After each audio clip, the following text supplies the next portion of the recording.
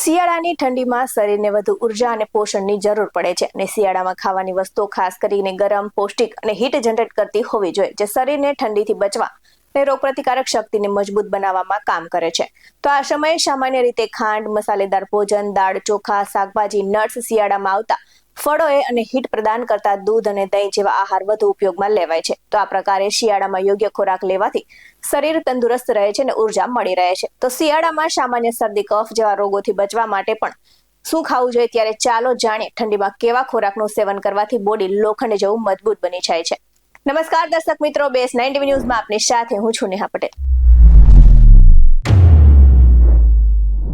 શિયાળાની ઠંડીમાં શરીર વધુ ઉર્જા અને પોષણની માંગ કરે છે. તો આ સમયગાળા દરમિયાન ખાવાનું ધ્યાન રાખવું ખૂબ જ જરૂરી છે, કારણ કે યોગ્ય આહાર શરીરને અંદરથી ગરમ રાખે છે અને રોગપ્રતિકારક શક્તિને મજબૂત બનાવે છે.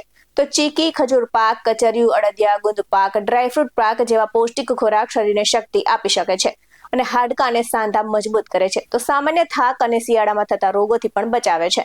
તો શિયાળામાં ખાવાની વસ્તુઓ અને તેના ફાયદાની વાત કરવામાં આવે તો તેમાંનું એક છે ચીકી. તે મુખ્યત્વે ગોળ અને તલ, બદામ વડે બનાવવામાં આવે છે, કેમ કે તેમાં રહેલી ઉર્જા શરીરને ગરમ રાખવામાં મદદ કરે છે અને નાસ્તા અથવા મીઠાઈ તરીકે તે ખાઈ શકાય છે અને પરિણામે હાડકાં મજબૂત થાય છે અને થાક દૂર કરવામાં મદદરૂપ સાબિત થાય છે.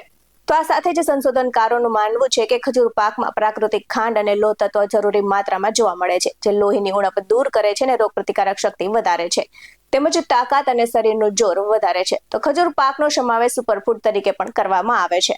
આ સાથે જ ઘઉં, મગફળી અને ઘી વડે બનાવવામાં આવતા મમરાના લાડુ પાચન સુધારે છે, ગેસ ભગાવે છે અને શરીરને અંદરથી ગરમ રાખે છે.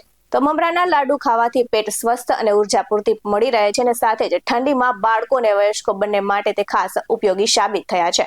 તો આ સાથે જ વધુમાં હેલ્થ એક્સપર્ટનું કહેવું છે કે કાળા તલમાંથી બનતું કચરિયું ખાવાથી પણ શરીરને જબરદસ્ત ફાયદા થાય છે અને આ સાથે જ કમર અને સાંધાના દુખાવા તેમજ અકસ્માતમાં જો કોઈ ઇન્જરી થઈ હોય ને ત્યારબાદ જો ઠંડીમાં તે જગ્યાએ પાછા દુખાવા શરૂ થતા હોય તો તેમાં તે ફાયદાકારક ગણવામાં આવે છે. અને આ સાથે જ અડદના લોટથી બનતા અડદિયા તો ઠંડીની ઋતુમાં રાજા ગણવામાં આવે છે, કેમ કે તે ગરમ લચકો ખાવાની પણ મજા આવે છે અને આ સાથે જ અડદિયા શરીરને ગરમ રાખે છે અને સાંધા અને નસોને મજબૂત કરે છે.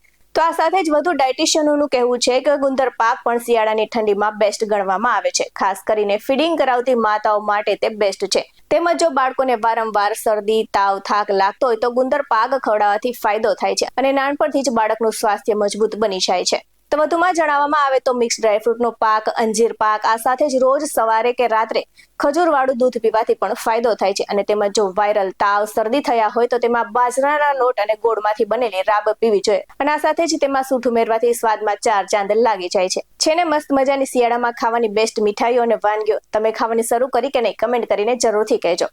આવા જ વધુ અહેવાલ સાથે ફરી મળતા રહીશું. તમે અમારી યુટ્યુબ ચેનલને સબસ્ક્રાઇબ કરવાનું અને અમને ફેસબુક અને ઇન્સ્ટાગ્રામ પર ફોલો કરવાનું ભૂલશો નહીં.